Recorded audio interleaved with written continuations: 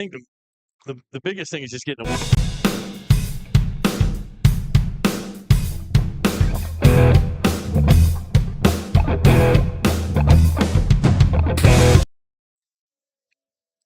And good evening, everybody. Suwannee High Bulldog Baseball is now on the air. Welcome to Booster Field in Live Oak, Florida, where the Suwannee Bulldogs tonight play host to the St. John Paul Panthers. The Panthers come in with a record of 4-0 from Tallahassee. This is a pretty good bunch here tonight, so Suwannee going to have their hands full. The Dogs 3-2 on the young season. Wayne Luttrell along with Matt Campbell. And Matt, this is a good matchup. I'm looking forward to this one. Yeah, absolutely. Swannee's got the lefty out there, Grayson Green, on the mound. It's exciting to see a good competitive baseball game tonight under much better conditions than previously last week when we were here. It's not freezing tonight. A little bit cool, but actually it's great baseball weather. Grayson Green on the hill for the Bulldogs, as you mentioned. Jace Moran behind the plate. You got Kyler Watson at first base. Noah Lopez at second. Gabe Garcia, your shortstop. Coy Fryer gets to start at third base tonight. And the outfield left to right, Hampton Newman, Colton Rogers, and Caden Jenkins. And the first batter that Green will face is Javi Santana, the shortstop for the Panthers. Swing and a miss, and there's strike one. Yeah, coming right at him with the fastball. Get to see the lefty. My first look at Grayson Green. I understand he started in the Buchholz game and gave up a homer to the first batter where he settled down. Of course, Dogs got behind in that ball game. There's a called strike, 0-2, and then came back in the later innings to make it interesting. Yeah, sure did. The 0-2 pitch inside. It's 1-2. It's like to see Grayson working that inside portion of the plate, also working with a really good pace. Dogs did bounce back after that Lafayette loss. They beat Wolfson 10-1 on Friday night. Yeah, that was definitely good to see them bounce back after a kind of what coach and them would describe as a really flat performance. Not a lot of energy, just let maybe the conditions dictate their performance a little bit. Kind of exactly what he said in the coach's show. Matter of fact, there's the 2-2, swing and a miss. Took something off of that one and records the strikeout. Yeah, nice breaking ball in there on the swinging third strike.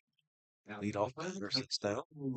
Second baseman is Nosky. And now Wyatt Visnoski, he's the second baseman for the St. John Paul Panthers.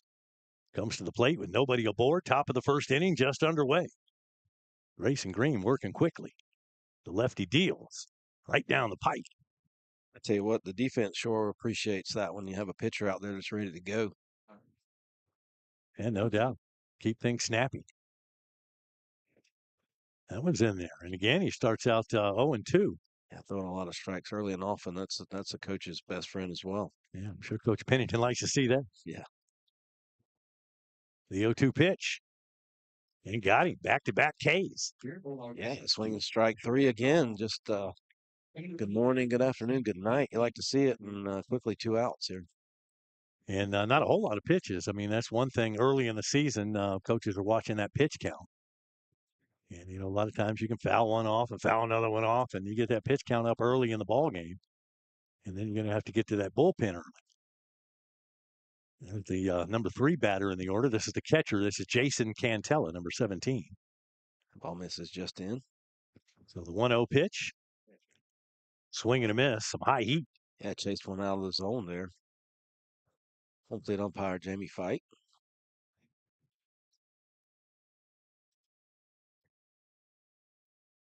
Started to, didn't, and took a ball. That was a good take by the batter. It's a good-looking pitch all the way till it gets to about 59 feet, and then the bottom falls off. This team is 4-0 on the year, 3-0 on the road. They've outscored their opponents so far 34-4. Yeah, that's impressive. The most impressive win they have so far to me is that one against North Florida Christian. Swing and a miss. Yeah, that's always a tough ball club. And got by them 2-0. Yeah. Tells me that this team from Tallahassee must have a guy on the mound for them, or at least one guy that can get it done, because those guys are perennial powerhouses over at North Florida Christian. Yeah, if you can shut them down, there's a called strike 3. How about that? He struck out the side. Wow, like to see that. 3 up and 3 down. Suwannee coming to bat next. It's Bulldog Baseball on RiverCountrySports.com. Josh Anderson here from Wayne Fryer Live Oak. I'm inviting you to come tour the best-built manufactured homes on the market. Choose from 2x6 exterior walls, upgrade insulation, vinyl plank flooring, shiplap accent walls, barn doors, tile showers, and so much more. All our homes come with delivery and setup, AC, steps, and skirting. And at Wayne Fryer Live Oak, homes start at just $69.9. If you've always wanted to own your own home, now is the time. anytime at Wayne Fryer, US 90 West, Live Oak, or visit us online at waynefirehome.com. Everybody's always claiming to offer the top insurance, the lowest rate, blah, blah, blah. Well, cut the game and go to the Jeff Tippins Insurance Agency. Jeff is an independent agent, meaning he can shop around to get you the best price for the coverage you need. With access to major carriers like Auto Owners, Progressive, Travelers, and Mercury, stop with those cold 800 numbers. Discover the personal difference with the Jeff Tippins Insurance Agency. US 129 North in Live Oak. Call 364-2886 or visit jefftippensinsurance.com. And welcome back here to Booster Field. Yeah, Jeff Tippins, tell you what, if you're looking for insurance, that's the place to go. You can write insurance, save you money, cover your house, cover your car, whatever you need. And a big supporter of Suwannee High Athletics. Big Bulldog salute to Jeff Tippins Insurance Agency. Sure appreciate him supporting us here at rivercountrysports.com. All right, the Bulldogs come to back here in the bottom of the first inning. Noah Lopez will lead it off, followed by Jace Moran and Grayson Bonds. Bonds gets the start tonight as the designated hitter. So you got Grayson batting for Grayson's. Yeah, sure do. Then batting in the fourth spot, the cleanup batter tonight will be Gabe Garcia. He'll be followed by Coy Fryer, Kyler Watson, Hampton Newman, Caden Jenkins, and Colton Rogers. That's the starting offensive lineup for these Suwannee Bulldogs. You've got Max Helbling on the mound Yeah, just watching them for more the Panthers. right-handed pitcher. Watch him go through his warm-ups and get a little breaking pitch. And let's hope the Dogs come out aggressive. They stood and looked at a lot of strikes in the last ball game, and so I'm thinking the weather had something to do with that. Everybody was maybe a little frozen, although both teams played in the same weather, we should point out. But hopefully Suwannee with just a little more fire here tonight. Yeah, hopefully so. They were very flat the last game that we did here on River Country, and hopefully they do, like you said, come out a little more aggressive and get things started early enough. Great, Noah. Noah Lopez, guy that likes to get on base. That's why he's a leadoff man. He makes things happen, and makes things happen on the base pass. Unfortunately, we saw him thrown in at third in the last ball game. Sure But did. he's one of those guys he's got the speed and he's got the green light. If he thinks he can take a bag, he's got permission. Don't have to wait for a sign. Here he is. First pitch is up high, ball one. Yeah, I've never heard it really put that way, but I like that. You've got permission, young man. You got the green light. The 1-0 pitch. Swung on and driven to center field. Center fielder drifting back for it and makes the catch. Wow. He was playing really, really shallow. Noah put that a pretty good charge in that ball out into right center field. But center fielder was able to recover, had to make a diving play on it, and quickly won out for Suwannee. I wasn't sure if he was going to come up with it, but Deuce McClure puts it away and one down. Had to put that ball in play and then hope something good happens. Now Jace Moran, and that off-speed pitch is in there for a called strike. Yeah, another first pitch off-speed pitch to him, and it must be the scouting report on him because we saw that a lot against Lafayette last week. Sure did. And that one will miss off the plate. Goes 1-1. Yeah, and not a lot of velo coming from the righty. How can you pronounce it again? Hebling? Helbling. Helbling. Can't read my writing, so it is. Yeah, that's good. You're right. Downstairs. And the count 2-1.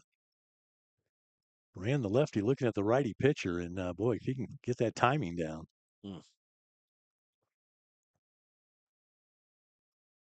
There's that curveball off the plate. That didn't miss by much. Not much. 12-6 curveball. And like I said, again, the good thing about facing a pitcher with not a lot of velo is you're not going to really get the fastball blown by you. You can always foul it off last second if you get caught off guard, but he's going to take that one for ball four anyways. Just take the walk. Free base. That's right. So a runner aboard, our first runner of the ball game, Jace Moran at first base. And now Grayson Bonds to the plate. And looks like we're going to get a pinch runner out there as Dylan Green comes in to run for Moran, who's behind the plate tonight. So he'll get his gear back on. Yeah, a little bit of switching around defensively from what we saw last Tuesday against Lafayette County. It's a long season back there behind the plate, probably trying to split up some of the innings for Bonds. Well, you got about 10 kids that can pitch, so That's right. I don't know how many balls you have to go around to keep everybody happy, but I have 3 catchers. I mean, so Yeah. even though it's not a deep roster, I mean, a lot of guys that kind of spark plugs, you can plug them in anywhere. Yeah, that's great to see. All right, with the runner at first. And Green will get his lead over there. Pitcher from the stretch to the plate, not going, swing and a miss. Yeah, it's fastball up and in. Grayson swings through that first one. We'll see if we get something going here as far as running on the base pass. Mullins digging in, holding the runner at first base. Off speed and just off the plate. Yeah, count evens out 1. Green showing no signs so far of wanting to extend that lead or even really take an aggressive secondary.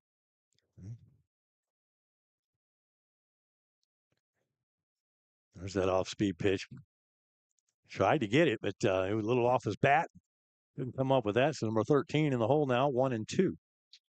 Ball and 2 strikes. The Grayson Bonds. Big loopy curveball, 12-6 there. And it seems like it takes forever to get there, you know. Sure does. And toward the right side, drifting into foul territory. Will he have a play? He does. Nice play by Pelham in right field to make the catch, and the runner cannot advance, and there are 2 down. Yeah, Suwannee's park here, bit of a pitcher's park. There is quite a bit of foul territory, even though there's some juts out there that cut in to allow for bullpens, but still plenty of foul territory, so makes the play. It's a beautiful facility, really, for high school baseball. Oh, absolutely. One of the top we play at all year, every year. No doubt. Oh, Throw over to first base, and boy, luckily it was high, and he gets back safely. yeah, because if that throws anywhere near the bag, Yeah, he might have been hosed there. Yeah. Gabe Garcia, the batter. Number 11, right-handed batter, transfer from Hamilton County, starting shortstop for the Dogs. Cleanup batter. Outside and high. Garcia was very impressive, especially in the field last Tuesday night. First time I've seen him in a Suwannee uniform, at least, and just a really good-looking player. Throw to first base. Back easily that time is Dylan Green. They're expecting possibly the Panthers are wanting to put something in motion here, get a runner going with 2 outs. Off the plate. Boy, he thought about that one. Yeah, he did. He took it, and that was a good pitch to take. And like you said, it's taken, forever and a day for the pitch to get to the plate. Sometimes that's something you don't see a lot and get caught out on your front side. There goes the runner, swing and a miss, throw down to second base, and he's going to get him. Yeah. Thrown out at second base, and that'll end the inning for the Dogs. No score after 1. It's Suwannee Bulldog Baseball on RiverCountrySports.com. Rapid Fiber Internet's locally owned and operated, powered by Suwannee Valley Electric Co-op. Our local employees are dedicated to providing a world-class customer experience to each of our Suwannee Valley Electric members. Make the switch today to Rapid Fiber Internet's 100% fiber to the home internet system. To learn more about Rapid Fiber Internet, visit rapid-fiber.com. Again, that's rapid-fiber.com or call 866-64-RAPID. Hey Bulldogs, let the UPS Store of Live Oak handle all of your packing and shipping needs. The UPS Store of Live Oak also offers mailboxes, printing, faxing, scanning. We also offer notary services and shredding services as well. Stop by your local UPS store. There's help in here. Real help. The UPS Store, located at 6824 Suwannee Plaza Lane, Live Oak, Florida. Back here at Booster Field, it's the Suwannee Bulldogs and St. John Paul tonight. And Coach told me that the Saints are marching in this week, and I didn't quite know what he meant right at first. But tonight we're playing St. John Paul. Tomorrow night we're at St. John Country Day. And then Friday we got St. Joseph's Academy. Wow, say that 3 times fast. Yeah, so there you go. So the Saints are marching. Yeah, literally. Wow. And 3 quality programs. So tough Yeah. week here for Suwannee with back-to-back ball games. Yeah, maybe a little trying to foreshadow a playoff run where you're going to have to play three games back to back to back. Never a bad idea to try it early in the season. Mason Avant now the batter. And he tries to dig that one out of the dirt. There's strike 1. Yeah, I think he took that one kind of off the foot. I'm sorry, the hand and the barrel of the bat at the same time. It was the cleanup batter for the Panthers. Big number 27. Yeah, good looking fellow there. Put together well. And aggressive on that first pitch. That was probably going to be ball one, but tried to scoop it out of there. Grayson Green delivers. Inside, there's a ball. Yeah, 1-1 now the count. Grayson already ready to go back to work. Like to see that. Yeah, as soon as he gets that ball in his mitt, man, he's looking for the sign and ready to go to work. There's a pop fly. This one hangs up there and should be playable. Center fielder calls for it and makes the catch. Nice job out there, Colton Rogers. Thought for a minute that was the left fielder going to make that play, but he called him off and took charge. Yeah, kind of like the general out there is the center fielder in the outfield, just as the shortstop pretty much takes charge in the infield. Yeah. So when he calls it, he gets it. I just like the communication. I mean, that's big key instead of guys running into each other. I got it. You get it. Yeah. Now left-handed batter. This is Wyatt Cantella. He's the left fielder. There's a called strike. Good location on that fastball down and away. Ranges. He waits for him to get back in the box. I'm ready to pitch. Get in there. I like it a lot. Shot foul and quickly 0-2. Wow, nice play over there by looked like I think that was Coach Swan. I was going to give Pennington the credit, but that was a nice play over there. And one misses 1-2. If you didn't catch the Diamond Dog podcast this week, the coaches show, Matthew Pennington joins us. Oh, along with Coach Moran. So good conversation. Dog talk for an hour. You might want to check that out on River Country Sports. There's ball two. Count goes even now, 2-2. yeah, definitely log in and check that out. Interesting conversation. I always like to hear Matt Pennington talk. Billy Moran as well. The 2-2 pitch. Swing and a miss. And Moran going to have to throw down to first base. No problem. And the out's recorded. Yeah. And that is the fourth strikeout so far for Green. Yeah, he's had one ball put into play. That was the one to the left center field. But other than that, it's been 4 strikeouts, 3 swinging, 1 via the backwards catch. If you were going to draw that up, and you say, what do you want me to do tonight, Coach? Well, I'd like you to strike out 4 of the first 5 batters. I think we'd take that every time. Take that. Here's Evan Bopp. He's the third baseman, number 7, right-handed batter. And that one inside kind of sawed him off a little bit there. He fouls it away. Yeah, back into that ditch. I wonder how many baseballs are in that ditch over there. Yeah, quite thousands. a few. It's got to be thousands. We used to have back in the day. We used to have a sound effect of broken glass. Oh, there you go. Every time one went to the parking lot, and that was before folks were parking out there by the tennis court. So we're parking here. That's right. That's right. And again, got him inside. He went for it. That was 0-2. back when your son played, right? Yeah, Anthony. Anthony. that's right. Yeah. Played with my brother-in-law Chase. Okay, Remember Chase, Andy's son? I Chase? sure do. Yeah, Those are some of the good old days. been a few years. Just a few. Ooh, great pitch. There's a called strike 3, and 3 up and 3 down. Second inning in a row. Can't ask for more than that. At the end of 1.5, there's no score. It's Suwannee and St. John Paul here on RiverCountrySports.com. Hi, my name is Catherine Haney. My grandfather and my dad, Wes Haney, have been selling and servicing Chevrolets in the Suwannee Valley area since 1968. I'm here with my brothers, Weston and Jonathan. We want to tell you why Wes Haney Chevrolet is the best place to buy a car. At Wes Haney Chevrolet, it comes down to 2 things: low prices and excellent customer service. You are a part of the family just as much as we are. Your happiness is my dad's first priority. He will always fight to make sure you get the best deal and the best experience. My dad doesn't play games and he doesn't charge dealer fees, so we can always get you the best price. We have amazing incentives this month to put together a great deal on any Chevrolet car, truck, or SUV. The best built, longest lasting vehicles on the road. We guarantee a better deal and customer experience than you can get anywhere else. We would love to show you our beautiful selection of new and used vehicles. We are located in Live Oak, Florida on Highway 90 East. I can guarantee our dad will give you the best deal, and we are excited to earn your business. This is Wes Haney, and as always, no dealer fees, no games. Come see my team at Wes Haney Chevrolet. Suwannee Bulldog Baseball on RiverCountrySports.com. Well, we had Jace Moran. He drew a walk, and then a pinch runner came in, Dylan Green. He got thrown out at second base, so that means that Gabe Garcia gets another at-bat here. Yeah, I think there was a little miscommunication too between Garcia and Coach Moran. Somebody, well, that's a one way miscommunication because Coach Moran said something and didn't work out, so it was kind of like a hit and run that didn't ever happen. Now Garcia's going to lead off here in the second inning, and he takes that slow curveball there, that high curve for a strike. Yeah, it's a good take. Especially when he starts you out like that. Yeah, absolutely. There's the 0-1. And again, the breaking ball chopped toward third base and shortstop. Going to get by the third baseman. Shortstop Fields throws and in time. Nice play. Yeah, I had to hurry to the shortstop getting rid of it, and probably just the better play there was the save and the stretch by the first baseman. No doubt, but third baseman, sometimes, he tries to cut that off, and that'll kind of shield the view of the shortstop, but he had no problems there. Well, so one down, and now Coy Fryer to the plate.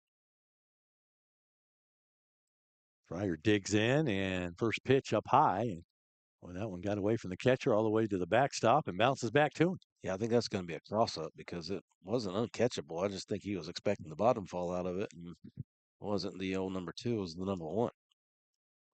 Nobody hates that worse than the home plate umpire. That's a fact. And there's another one up high. If you've ever umpired before and been hit by a ball, you'd understand that one. So. No bueno. No bueno. Been there. Yeah. I never umpired at the high school level, but I've been hit by baseball at the little league level. Yeah, they hurt no matter where. It doesn't matter. 3-0 the count. See if Fryer's taken here. Imagine he would be. You would expect it. And he's going to get a free pass to first base. Well, good lead off at bat by. We have one out in the inning. I'm already forgetting. Getting old. One down man at first base. You're not that old. Well, I'm feeling it sometimes. Feeling it. You're still a young guy. Yeah. How are things in the city? Everything all right? Everything's just great. Just going to keep asking. Perfect. All right. There's a strike. There's Kyler Watson at the plate now. Number 4. He got the start on the mound last week. Last time we saw these guys against Mayo. Sure did. Pitched a pretty good game. Fryer with his lead at first. I think he's another one with he's got the green light if he wants to. Yeah, plenty of speed. That's 2 fastballs, probably about a ball and a half, maybe even 2 balls off, but both of them called. So as long as we're consistent with that, we'll take it. The 0-2 pitch. That looked about the same spot. But yeah, this time the catcher kind of gets his body out there and wants it well off the plate and dares Fryer to chase, but he's got discipline there and doesn't. So good look. There's the 1-2. There goes the runner. Swing and a miss. The throw down. Not going to be in time. Fryer is in safely, but 2 down in the inning on the strikeout. Yeah, and we don't know if that's a forced situation there, whether it was a hit and run or not, or a run and hit. But like the first inning, I mean, you got to swing to protect your runner. He does so there in the stolen base. So now at least you got a guy in scoring position. If Newman can come up with a base hit here, we'll break the scoring open. No score so far.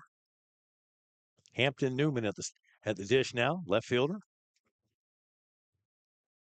Hunter Abercrombie wants us to do something about the trains in town. If we could keep them from coming through town somehow, if we could somehow magically get them around town, he'd be happy about that. Is what he wants to report. That's all he wants about in the city. Yeah, right, we'll get right on that. We'll get that. I'm sure as a city councilman, you have a lot of pull over. I do, especially over the railroad, and thinking about building a bridge.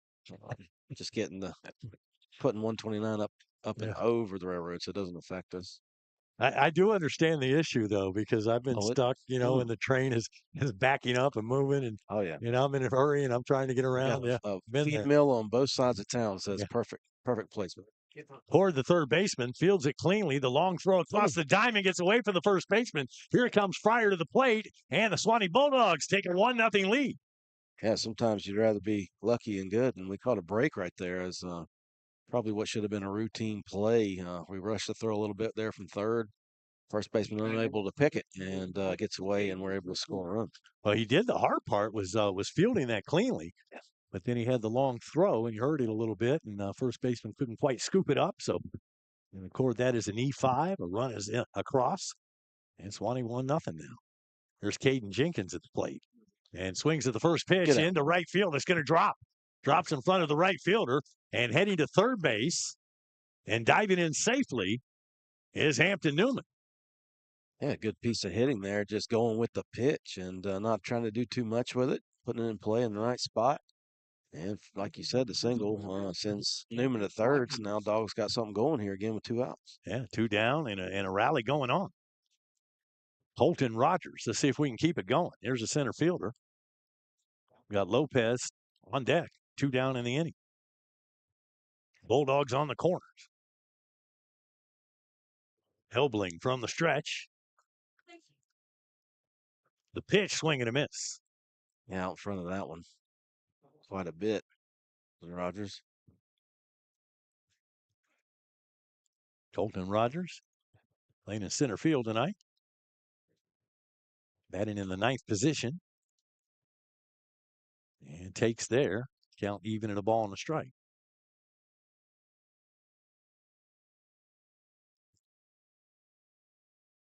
Looks for a sign.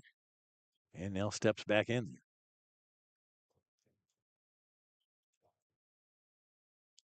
Helbling from the belt. Swung on and driven deep to left field. Left fielder going back, and that ball is out of here. Home run, Colton Rogers. Wow. Home run. He did not miss that one whatsoever. And if you get a home run from your 9-hole guy, it's going to be a good night. Especially with 2 runners on base. And just like that, the Suwannee Bulldogs up 4-0. Man, he did not miss that baseball. That was a great, great swing on that pitch. It was. And I was thinking for a minute there it might hang up on the warning track, but that kept going and kept traveling and got out of here. And just like that, the Suwannee Bulldogs have grabbed a 4-0 lead. 3 RBIs, Colton Rogers. Now back to the top of the order. Here's Noah Lopez. All this with 2 outs. Yeah, all after an error. And that illustrates what coaches are preaching all the time. I mean, you got to make that routine play. You can't give them life like that. And Suwannee takes advantage of the miscue. That's really good to see too. It's a good sign of a good baseball team when they capitalize on mistakes by the other team.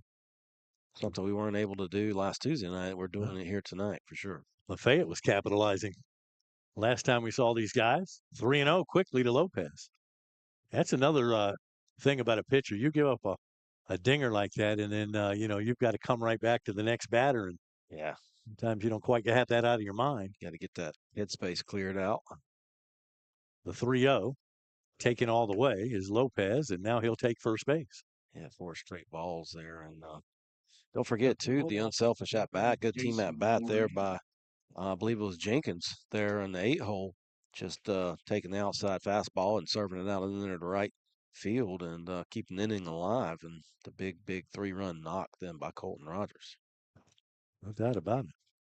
Going back to what you were talking about with the city, I do want to put some plugs in. Our Chamber of Commerce is stepping up big right now. After the storm, our city hasn't looked as beautiful as what we would hope it would at this point, but they're stepping up big with the Lift Up Live Oak initiative, getting some volunteers to come in and clean some areas up, just beautification. Jacobs Industries is stepping up to the plate. Some more local business people and individuals and civic organizations are going to start kind of patrolling and supplementing what the city can't actually get done right now. So it's good to see the community come together to make Live Oak look like a more beautiful and inviting place. No doubt about that. And that's good to hear. Tell you what, we kind of took a beating last couple of years with these storms. Yeah. And I thought we were safe. I'd lived here for so long and never had any hurricanes. Oh, that's South Florida's problem. Yeah. That's the Panhandle. But I think differently about those storms now. There's a stolen base. Yeah, he had that one stole off the pitcher. And Lopez, as we mentioned before, has just outstanding speed. And when he gets a good jump and a read off the pitcher, this pitcher doesn't come to the plate very quickly. So he's going to have second base just about any time he wants it tonight. Second stolen base of the inning. Ran ahead in the count here. There's the off-speed one. Boy, he tried to time that one. He just got a little too in front of it. Pulled it foul. Way out front of that, but barrels it up nicely. You can see the pace. He was trying to wait for it. It's sundial. You got to measure that one with sundial. It takes a while to get in there. The 2-1 delivery. And that's a little number back to the pitcher. Picks it up and throws him out. And that'll do it for Suwannee here in their half of the second inning. But 4 runs across. Colton Rogers with a 3-run homer, and the Dogs lead 4-0 after 2. It's Suwannee Baseball on RiverCountrySports.com. What's a football game without pizza? Papa John's Pizza of Live Oak can take care of all of your football dining needs. Take care of your hungry crowd before, during, or after the game. Stop by Papa John's for better pizza, better wings, and many other delicious menu items for the family or the game crowd. Papa John's Pizza always has better ingredients, better pizza. Better get you some. Josh Anderson here from Wayne Fryer Live Oak. I'm inviting you to come tour the best built manufactured homes on the market. Choose from 2x6 exterior walls, upgrade insulation, vinyl plank flooring, shiplap accent walls, barn doors, tile showers, and so much more. All our homes come with delivery and setup, AC, steps, and skirting. And at Wayne Fryer Live Oak, homes start at just $69.9. If you've always wanted to own your own home, now is the time. At Wayne Fryer, US 90 West, Live Oak, or visit us online at WayneFryerHome.com. Suwannee Bulldog Baseball here on RiverCountrySports.com. We've got AC/DC blaring over speakers here at Booster Field. Dog fans in a good mood here. 4-0 lead, but a long way to go in this one. We begin the third inning and turning the play-by-play over now to Hunter Abercrombie's best friend. It's Matt Campbell. I hear you. Yeah, I tell you what, so far Grayson Green has done an outstanding job. Has retired 5 of the first 6 batters via the strikeout. 3 swinging, 2 backwards Ks, 1 ball put in play, and center fielder Colton Rogers, the home run hitter, makes that catch. So 6 up, 6 down so far for Grayson Green. He worked fast, and he's looked really good. Been around the strike zone all night. Yeah, he has. You can't ask for more as far as the first 2 innings. I mean, 6 up, 6 down, and as you mentioned, 5 strikeouts, and now he faces the 7, 8, 9 hitters in the order. Sure does. So the number 10 for the Panthers, Pelham, steps in, righty. Green looks in, gets a sign. Comes to the plate. It's going to be a fastball. That's that pitch that was called earlier against Suwannee, that ball or ball and a half outside. And consistent so far tonight is umpire fight. Quickly, down in the count 0-2. Green is pounding the zone. I love the way he gets that ball back in his mitt. He's just ready he's still on the hill. He doesn't step around and waste time. No, the pitch clock would not affect him at the next level, that's for sure. Wow, There's 3 another pitches and 3 strikes. Another strikeout for Green. That's 6. Number 21. I feel like we had to have an outfield crew out there hanging Ks. Yes, that would be very, very, very nice tonight for sure. Here's the opposing pitcher. Grayson ready to go to work. Misses down and in. First pitch of the bat, behind 1-0.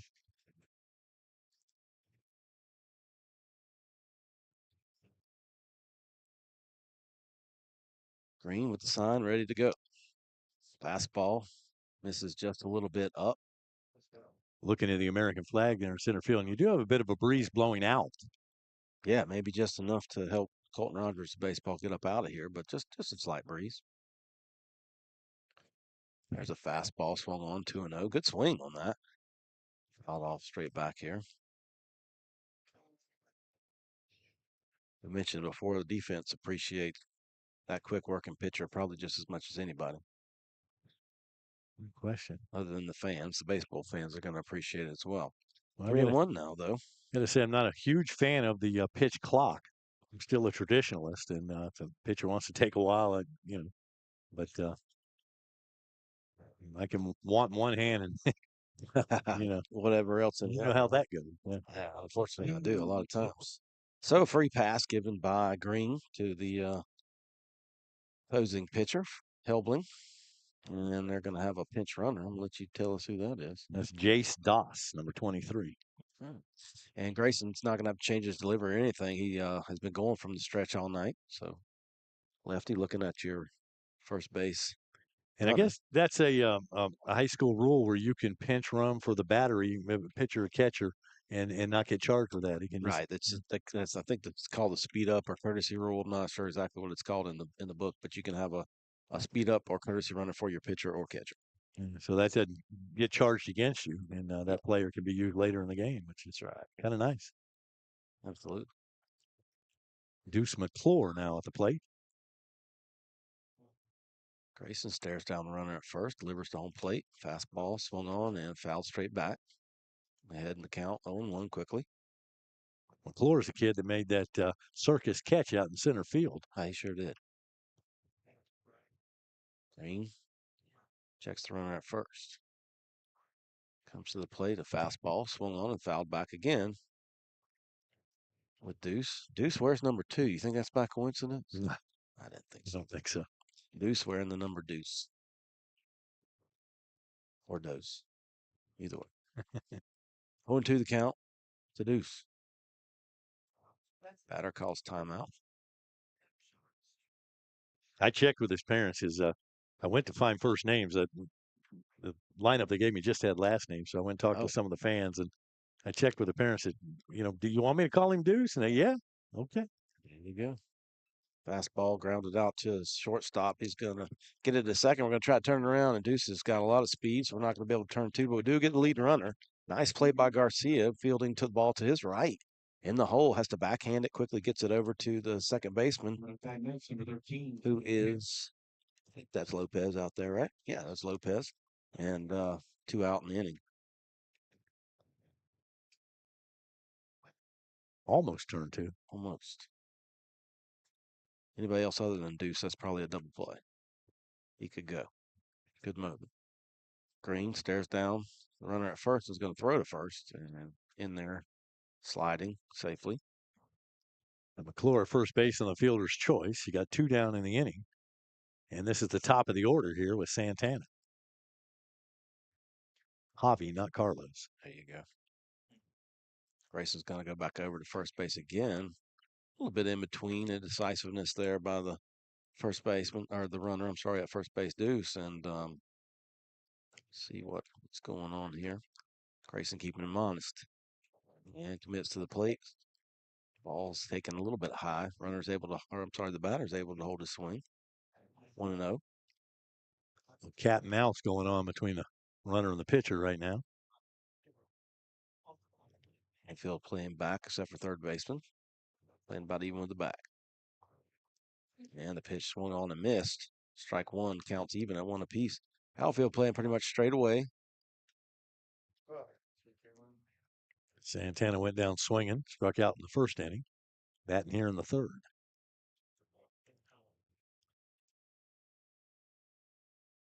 And back to first. This time going to be a little closer, a little hesitation, but back in there is number 2 for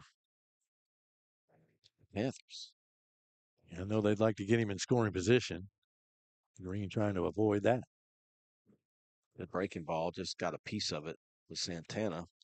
1-2 is a count, and I don't think that we've shown him our best move over there yet. You might see it here if we think he's going, because Grayson does have a better move than what he's showing right now. You'll see what happens. A little bit bigger lead this time, noticeably. Runner goes, and we can't get it up out of our glove. It's a little bit low, and steals a base there. And Moran couldn't get the handle on that one to throw down, so stolen base from McClure. He's now in scoring position. 2-2 count on the batter. It's a lot easier probably to see from up here, but he got another step and a half on that lead, and I thought that Green was going to throw over to first base. I did too. So Deuce is wild on the scoreboard. 2 balls, 2 strikes, 2 outs. Runner on second. And a ground ball over to first base. Fields it. Going to do a little PFP here with Green from Hunter to Green, and we are out of the inning. So 1 walk, no hits, no runs. Suwannee leads 4-0. Back after this on RiverCountrySports.com. All right, hey Bulldog fans, when you're hungry, We can satisfy that appetite at Beef O'Brady's of Live Oak. Come dine with us during, before, or after the ball game. We feature big screen TVs, so you won't miss any of the big events. At Beef O'Brady's, check out our game room featuring pool tables and games for the kids. Stop by Beef O'Brady's for some good food, good sports, and good games. Josh Anderson here from Wayne Fryer Live Oak. I'm inviting you to come tour the best built manufactured homes on the market. Choose from 2x6 exterior walls, upgrade insulation, vinyl plank flooring, shiplap accent walls, barn doors, tile showers, and so much more. All our homes come with deliver-in setup, AC, steps, and skirting. And at Wayne Fryer Live Oak, homes start at just $69.9. If you've always wanted to own your own home, now is the time. At Wayne Fryer, US 90 West, Live Oak, or visit us online at WayneFryerHome.com. And welcome back here to Booster Field in Live Oak, Florida, where the Suwannee Bulldogs enjoy a 4-0 lead and look for more here in their half of the third inning, 4-0 against St. John Paul, the Panthers from Tallahassee in town. That's right. And so far, everything's going Swanee's way. I got a quick call in Hunter Taylor. I got a quick call Tyler Watson. I'm sorry, Hunter. I call him Hunter every time. I don't know why I do that. My apologies. Hunter's not playing this year. He's a little bit injured from football, but Kyler Watson was out there at first base. And of course, that's easy to confuse the two. Watson. Well, they are twins. Yeah. Grayson Bonds to lead it off. Another big over the top rainbow lollipop curveball in there called strike one. Bonds is DHing tonight. Another big sweeping, nasty, ugly curveball and swung and missed by Bonds down to the count 0-2, and probably should expect another one here. He's seen a steady diet of those curveballs so far in both at bats this evening. And of course, he gets a high fastball, waist pitch. Never been a big fan of the waist pitch, especially at the lower levels of baseball. I'm not saying high school's a lower level, but it's not in college yet, so I don't like the waist pitch. 1-2, and that's going to hit him right in the old derriere. One of them soft breaking pitches, and after 1-2 and seeing some not really getting some good swings off on that curveball, probably take that. Yeah, you're going to get hit by a pitch. That's the way to go. That's almost like getting hit with underhand pitch, Yeah, like a front toss or something. It's not like that fastball that's going to leave a mark. So. I don't got a radar gun, but I'm going to say that's in the 50s somewhere, maybe. It is a looper. So Garcia now comes to the plate. Bonds out there at first. No outs. Dobling delivers a fastball, going to be in there on the outside corner. Strike one. Infield, middle infielders, that is playing double play depth. Third baseman still a little deep. Surprisingly, first baseman, of course, holding the runner on. And that breaking ball swung on, flied out to right field. Right fielder comes in, makes the catch in shallow right field, and there'll be one out for Suwannee. Yeah, that was a can of corn, just kind of hung up there, and Pelham came in and made an easy catch. Runner cannot advance, so still at first base is Bonds with one down. Yeah, one out now. The opportunity presents itself now for Corey Fryer, where's number 10, bats from the right-hand side. Dobling comes set and delivers. It's a fastball, a little too far out and away. Ball one. Fryer scored the first run of the ball game. That's right. Walked, stole second, and then came in on an error by the third baseman with the bat of Newman. Big loop and breaking ball there called strike one. That looks like it's going to miss badly, and then it sweeps in there. You got to get into the mindset of using the whole field when you're going to see those pitches a lot tonight. Good take there by Fryer. You got to, I guess his intent there, the pitcher, is to throw that big breaking ball and then come with a higher fastball, trying to get some chase swings. But Fryer does a good job holding off that time. 2-1 now the count. There's that big breaking ball and just cannot pull the trigger. It's not easy watching those slow, big loopers like that. No, and especially if you're looking for that fastball and all of a sudden, you get that and you think, well, that's not going to be a strike, and then it is. 2-2 the count. Runner is Bonds at first. Fastball hit out towards center field. That should get down, and it does. Good base hit there by Fryer. Keeps the inning going. We got one out now. And Tyler Watson. Tyler. I said, wow. I'm just going to have to get his name. Oh, Tyler Watson. No. Just make it up. I'm just going to do it. Just going to start saying number 4. You know, so that was tough for, Bonds as a base runner. You want to make sure that ball's not caught. So he's kind of hung up in no man's land there, but it did fall in. So first and second now. Breaking ball out in the opposite batter's box there. Take by Watson. Runners on first and second now, 1 out. Got to get going as the runner's on the ground ball. Watson swings through that one. Even the count at 1 apiece. Oh, behind that pitch.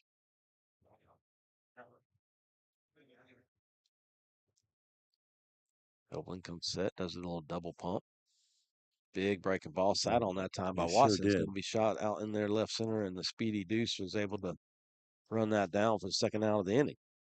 That was pretty nice, though, to kind of hold back, and he went after that pitch. Yeah, he was almost sitting on that pitch, saw it well, drove it out into left center field. Just a nice play made by the center fielder. So now it's going to take another 2-out rally. Remember all the damage done last inning with 2 outs. Yeah, let's do it again. This guy started it. This is the guy, Hampton Newman. There's number 16 for Suwannee. That's from the right-hand side. Runners on first and second now, 2 outs. Bottom of the 3rd inning. Suwannee leads 4-0. Big breaking ball, the cross up probably because the catcher stood up on that one. Out of the strike zone, up high. Defense playing back with 2 outs. Ooh. He gives him that corner now. That was a little generous now. I'll say that. 1-1 though, the count. Doesn't matter what we think. No, and again, as long as you're consistent, I'm all right with it. That's right. Elbling delivers. Breaking ball swung on, missed in the dirt. Catcher able to keep it in front of him, keep the runners at first and second. Coach Moran doing a little coaching out there. It's a little more aggressive, better read. Runner on second base. Steps off, doesn't like what he sees, going to get reset. See a new set of signs is Elbling. Double pump again. Comes set and delivers. Big breaking ball hammered down the left field line. That's going to score at least 1. And we're going to have runners on second and third and double. Great swing that time by Hampton Newman. So Bonds comes across the plate for the 5th run for the Bulldogs. Fryer ends up at third base, and Newman now at second with a stand-up double. Yeah. RBI. Wow, just looked like a higher pitch up in the zone. He was sitting on it, and he just tomahawk chopped it down the third base line, and that ball was on a rope. Second and third now, 2 outs for Jenkins. Takes that one up high. He got a hit his last time up. Yeah, good at bat by Jenkins. He wears number 12, batsman right hand side. Hit outside fastball. He just went with a pitch, just like you coach him up in the cages, and served it out in the right field. Well, if you could do that again here, would put 2 more runs across for Suwannee. Fastball outside. Takes that one. 1-1 now. He called that one a strike. Yeah.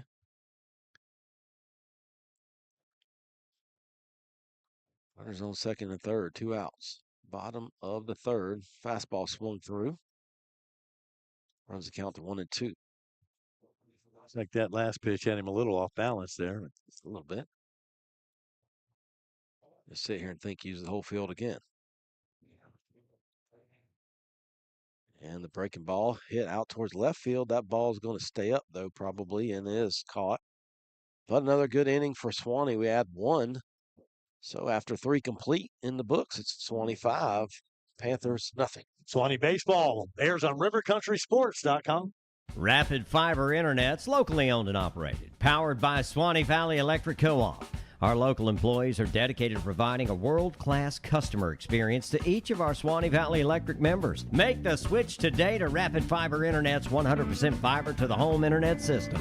To learn more about Rapid Fiber Internet, visit rapid-fiber.com. Again, that's rapid-fiber.com or call 866-64-RAPID. Everybody's always claiming to offer the top insurance, the lowest rate, blah, blah, blah. Well, cut the game and go to the Jeff Tippins Insurance Agency. Jeff is an independent agent, meaning he can shop around to get you the best price for the coverage you need. With access to major carriers like Auto Owners, Progressive, Travelers, and Mercury, stop with those cold 800 numbers. Discover the personal difference with the Jeff Tippins Insurance Agency. US 129 North in Live Oak. Call 364-2886 or visit JeffTippinsInsurance.com. Suwannee Bulldog Baseball here at RiverCountrySports.com. Our next broadcast game going to be next Tuesday. The Columbia High Tigers will be in town. That'll be one you don't want to miss. Yeah, that's always a good ball game. Suwannee and Columbia get together, and it's always a tough ball game. The Tigers always have a good ball club, so looking forward to that one. That'll be next Tuesday at 7 o'clock. There's been some exciting games played over the past, well, probably for the past 20 years against us and them, and probably expect the same thing next Tuesday night right here in Suwannee. Me and Live Oak. Yeah, right here. Grayson Green ready to go. Top of the fourth. And he delivers down the dirt, ball one. Wyatt Wisnowski. Easy for you to say. At the dish, second baseman. Wisnowski. I hope I pronounced that right. Sounds good to me. That ball, same spot, same result, ball two. You never know. I was doing a softball game. This is over at the rec department, the First Federal Sportsplex, and it was a girls' softball, and I'm doing the PA, and I said, now batting so-and-so Smith, and the whole crowd yelled out, Smythe! Oh, wow. So you never know. I guess not. Wow. And a swing and a miss that time. Induced by Grayson. Great. Runs count 2-1. Nobody out here, top of the third. And the pitch grounded out towards the third baseman. Hits off his glove and it's going to be I think that's going to be an infield hit. And first one of the night. That ball hits off of Fryer's glove. I think he's got the best chance, maybe the only chance to get the runner at first base. So that was a high. He would have needed a ladder to catch that one cleanly. So I'm sure the pitcher's the only one that disagrees with us. Green saying, no, I'm there. Yeah, probably so. Anyway, first hit of the ball game for the Panthers and their leadoff man aboard. Yeah, runner on first. And Grayson comes set and comes to home plate. Pass ball up, bounces out of the glove of Moran, but the runner unable to advance. This is Jason Cantella at the dish now. He's the opposing catcher, number 17, right-handed batter. Outfield playing pretty much straight up. Infield double play depth. Green comes to the plate. That outside fastball is your best friend right now because it's getting called. I don't know why he'd set up anywhere else at this moment, although batter is right on top of that plate. 1-1 strike to count. Green comes set. Checks his runner over at first. And brings a fastball up and in. Swing on and through is the batter. 1-2 strikes.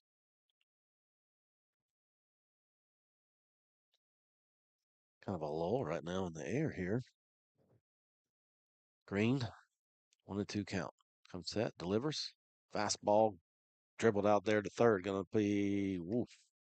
He pulled him off the bag. Yeah, pulled him off the bag. Probably not the right decision either. I think you go to first base there because that's going to be a close play either way. Nonetheless. Have to give him an error on that one. So it's going to have to be. E5 on the throw. That pulled the second baseman Lopez off the bag. And so quickly 2 on. Yeah. Here in the inning. And both have been, just infield. Should have been, first one, it was a tough one. Kind of a tough one. That one there is, I think what happens there, and it's tough because these guys are moving all around the field and playing different positions, which is great too. But ball hits off the cue like that and not a lot of velocity off the barrel. You got to come get that. You can't sit. And if you're going to sit on it, you got to definitely commit to first base on the throw right off the bat in your brain. Maybe a little indecisiveness. Maybe one of the players out there said 2-2-2. I don't know. Yeah. But trying to get that lead runner. I mean, a good throw would have had him. Yeah. It would have been there in time, but pulled him off the bag. Yeah. So just an error. And next man comes out, talks to the pitcher. Infielders get together, they discuss, and we're going to move forward. It's kind of setting the situation there.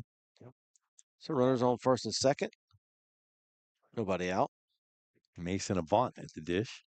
And the pitch is just a little bit outside. He flew out to center field his first plate appearance. Sure did. Green looks in, gets a sign. And comes set. Delivers to the dish. That one's going to be called. Strike one. And again, that's that pitch that's getting called every time. So, like you said, if it's going to be consistent, then we're good with it. 1-1 the count. Green trying to work out of his first jam of the evening. Fastball in there called strike two. He could use a strikeout here. Yeah. Or a 2-ball. Either way. Green looks in, gets a sign from Moran.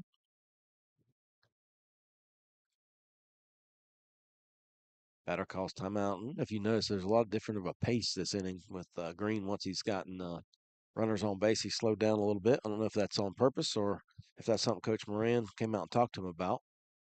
Regardless, 1-2 pitch. Breaking ball swung on, foul tipped into the catcher's glove. He's able to hold on. That's going to be the first out of the inning. Strikeout swinging for Green. 7th strikeout recorded by Green in this ballgame. At number 3, Ken He'll take that every time. Now he's get the lefty-lefty matchup and a chance to get out of the inning with a 2-ball. Wyatt Cantella now at the plate. Suwannee's infield going to play middles. Double play depth. Checks his swing right there, and really nobody to check down to, even if they thought he went. So, ball one. Home plate umpire's call, but nice job by Moran to get out there and block that ball. Yeah, it looked like a puma pouncing around out there. I like it. Center fielder for Suwannee playing just a little shade to the right field side on the left-handed batter. Green comes set, checks his runner at second. And nice pitch in there, but nice take. 2-0 for the batter, Cantella. Suwannee runs a one-look system out there, holding the runner on. Shortstop's in charge of it. He stays in behind the runner, and as soon as he bails out, that's the pitcher's cue. That's going to be a fastball outside, 3-0. That's the pitcher's cue to go to the plate. If the fielder, the shortstop, so to speak, crashes into second, then the pitcher has the option of just stepping off or doing a little jump turn. And spin around, throw it. 3-0. Let's see if we can climb back into this count. 1 out here in the 4th inning, and he does with a fastball on the outside, 3-1. Cantella taking all the way there. Suwannee leads 5-0 here, top of the 4th inning. 3-1 count.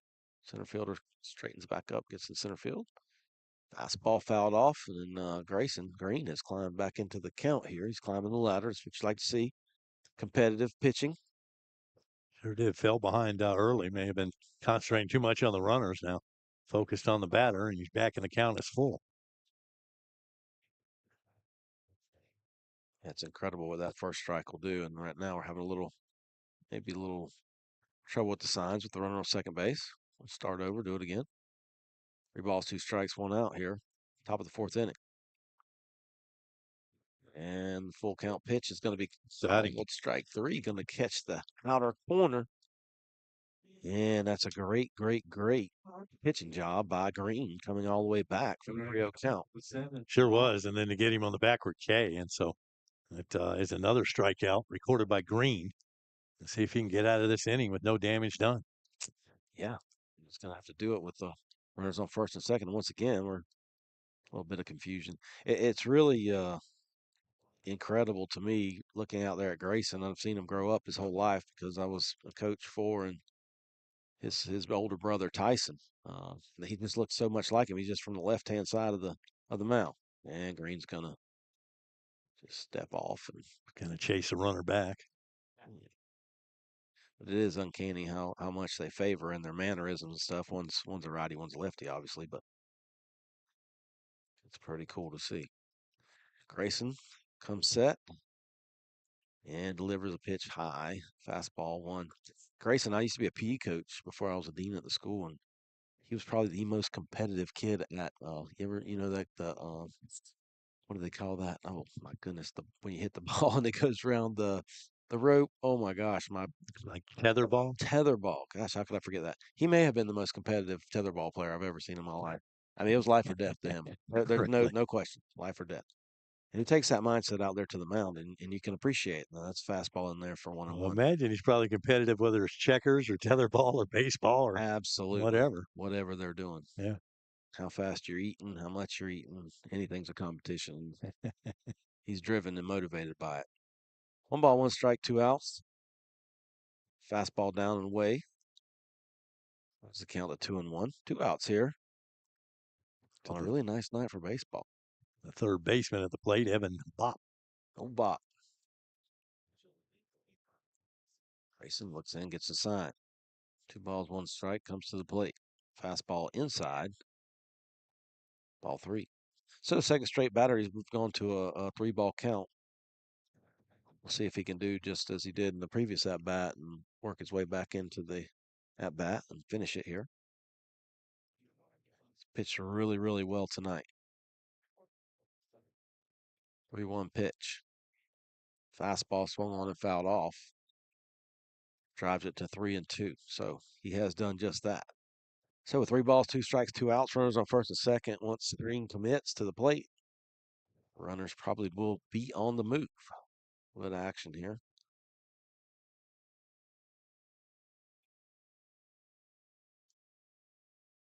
Things slowing down to a little bit of a snail's pace here. And again, And the batter wants a timeout. You're going to take that long. I'm going to step out of the box. Yeah. Now they'll start it again. we go from being really, really quick to deliver to slowing it down, probably deliberate. And 3-2 pitch. There go the runners. The ball's flied out into the triangle out there in right field. And we're able to come in and make the catch. I believe that was Jenkins. And nobody scores. That's the best news. Suwannee still leads 5-0. Yep. Panthers leave a couple of men stranded. It's still 5-zip. Suwannee back after this. Suwannee Baseball and RiverCountrySports.com. Hi, my name is Catherine Haney. My grandfather and my dad, Wes Haney, have been selling and servicing Chevrolets in the Suwannee Valley area since 1968. I'm here with my brothers, Weston and Jonathan. We want to tell you why Wes Haney Chevrolet is the best place to buy a car. At West Haney Chevrolet, it comes down to 2 things: low prices and excellent customer service. You are a part of the family just as much as we are. Your happiness is my dad's first priority. He will always fight to make sure you get the best deal and the best experience. My dad doesn't play games and he doesn't charge dealer fees, so we can always get you the best price. We have amazing incentives this month to put together a great deal on any Chevrolet car, truck, or SUV. The best built, longest lasting vehicles on the road. We guarantee a better deal and customer experience than you can get anywhere else. We would love to show you our beautiful selection of new and used vehicles. We are located in Live Oak, Florida on Highway 90 East. I can guarantee our dad will give you the best deal, and we are excited to earn your business. This is Wes Haney, and as always, no dealer fees, no games. Come see my team at Wes Haney Chevrolet. Looks like we have a pitching change here for St. John Paul. Looks like is that number 3 out there? Yeah, number 3. Okay. And so that's going to be Wyatt Cantella. He was the starting left fielder. So St. John's will bring in the lefty, and looks like Suwannee will be led off 9-1-2 by Colton Rogers and then Noah Lopez and Jace Moran, respectively. Suwannee has struck big here in the bottom of the second with a 3-run shot by Colton Rogers, who's coming to the plate and able to tack on an RBI again in the bottom of the third by Hampton Newman on a double down the left field line. All right, well, Let's see what happens here at the bottom of the fourth. Colton Rogers. And so they made several changes. I'm trying to get the right fielder or left fielder. Is Cantella now on the mound? And I believe that's number 12, second baseman, has gone out there. Wisnowski, I think. Rogers digs in. And Cantella delivers. Fastball low. Ball 1. We'll slowly piece this together. Now I got to get the second baseman's number. 21? 20-something. 22? 22? That would be Noah Parker. He's the coming off the bench. Cantella comes set. And fastball driven out in center field. Deuce is going to get up under it and able to run it down That time I think he just falls for dramatic effect, though, because I don't think that one required any type of dive, but could be wrong. It looks like maybe he's getting a late jump on it or something, but he's making the catch. I mean, it makes him look spectacular. Number 8, Noah Lopez. And the leadoff hitter now for Suwannee with 1 out, number 8, Noah Lopez. Keep this in mind, though. Rogers hit that home run and went deep there to the out to the track. Well struck. That breaking ball hit right back to the pitcher, Cantella, who's going to field it. And after 1 pitch, there's quickly 2 outs here in the inning. And usually after that, you ask your next guy to take a few pitches. We'll see. Maybe being up 5-0, though, you want to just Batting number 9. get a good one come out of your shoes right here. Jace Moran walked on 4 pitches, I think, last time. Yeah, they grounded out last time. Walked in the first inning, grounded out to the pitcher. Last at bat. Gotcha. Takes that breaking ball for a ball. Sees a lot of breaking balls, does Moran. Hadn't kept a scorebook in a while, so kind of getting back into it. Yeah, it looks like you know what you're doing over there, though. I'll give you that. Done it before. It's just been a few years. 1-0 count to Moran. Fastball swung on, driven out to first base, and fielder's going to be able to make that play pretty easily. And 1-2-3 goes Suwannee. So after 4 complete, it's Suwannee 5, Panthers 0.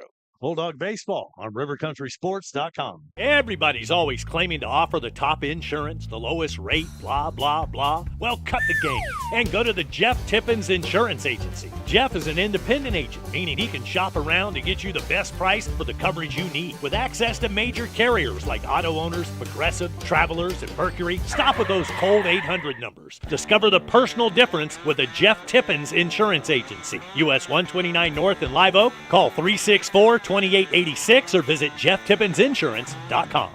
Hey Bulldogs, let the UPS store of Live Oak handle all of your packing and shipping needs. The UPS store of Live Oak also offers mailboxes, printing, faxing, scanning. We also offer notary services and shredding services as well. Stop by your local UPS store. There's help in here, real help. The UPS store, located at 6824 Suwannee Plaza Lane, Live Oak, Florida. That's Swanee's theme song there. At least it was back in the old days. And we were winning state championships in football. Hank Williams Jr. and Country Boy will survive, can survive. He can. He can. Yeah. Those were the glory days. Those were the days. Grayson Green will be back out there for the Suwannee on the bump, top of the 5th. Doing a great job. How many strikeouts we got over there? It's got, what, 6? Yeah, I think it's 7, something like that. more than that. I thought I counted 8. 1, 2, 3, 4, 5, 6, 7, 8. 8 strikeouts tonight. So giving up only 1 hit, 1 walk, and I think 1 reach via error. So just a great job by the lefty Green out there. Doubt about it. 8 strikeouts in 4 innings. I mean, that's pretty productive right there. Yeah, at any rate, that's very productive. And I tell you what, he was super efficient in those early innings too. He had 1 laborious inning, that's a big word for me actually. I can't believe that just flew out. But Nice job. laborious inning came out there this last inning and got through it. So here we are again. He's getting rewarded with the top of the 5th.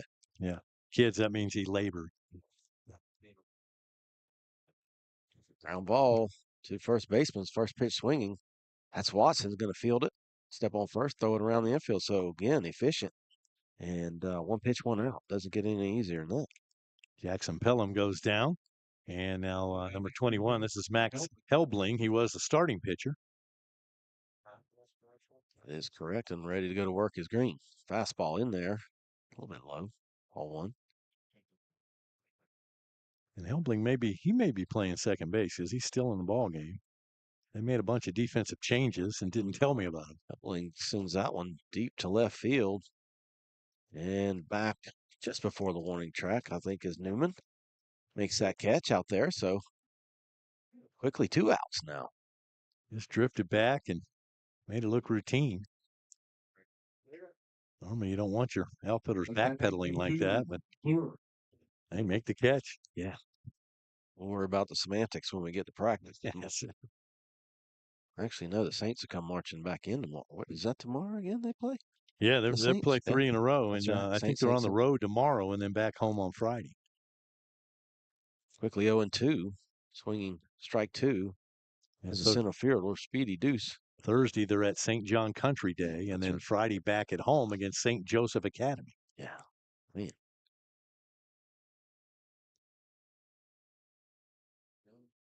He's going to give him. Not sure what that discussion Not sure what that was about either. Maybe just to wait for him to give him the signal ready to play. I'm not sure, but here we go 0-2. And strike 3. Good evening.